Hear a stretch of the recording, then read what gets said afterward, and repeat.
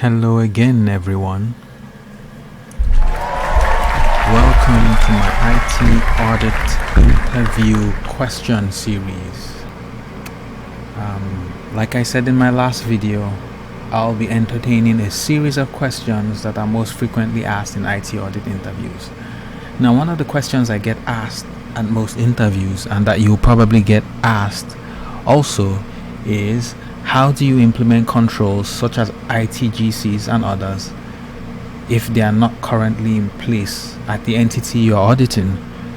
Well, the approach to such a scenario would be to evaluate what controls are currently in place in order to determine the extent of the task ahead.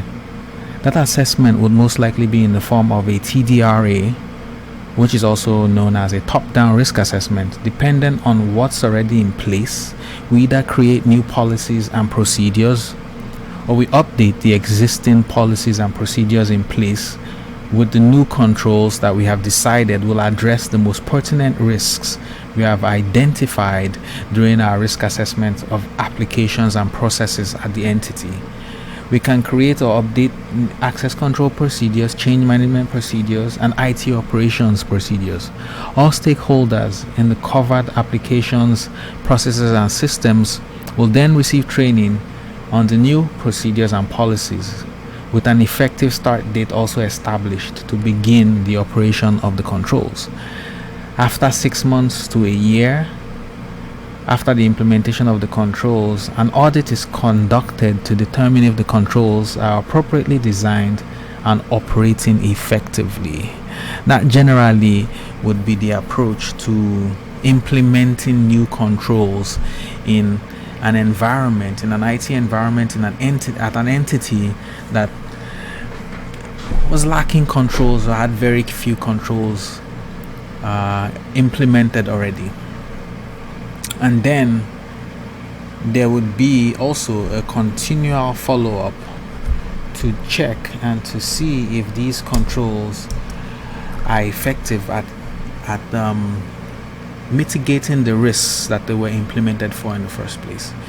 So from time to time, internally, the design appropriateness and the operating effectiveness of those controls are tested, and you can see whether those controls are actually achieving the purpose that they've been established for, and if they are mitigating risk like you have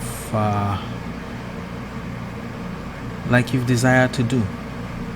And that, in a nutshell, is how you implement controls, ITGCs, ITACs, whatever type of controls, if they are not currently in place at an entity.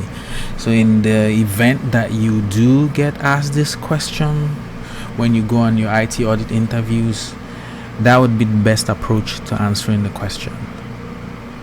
I hope this has helped, and I look forward to having you again in my next video. Thank you very much.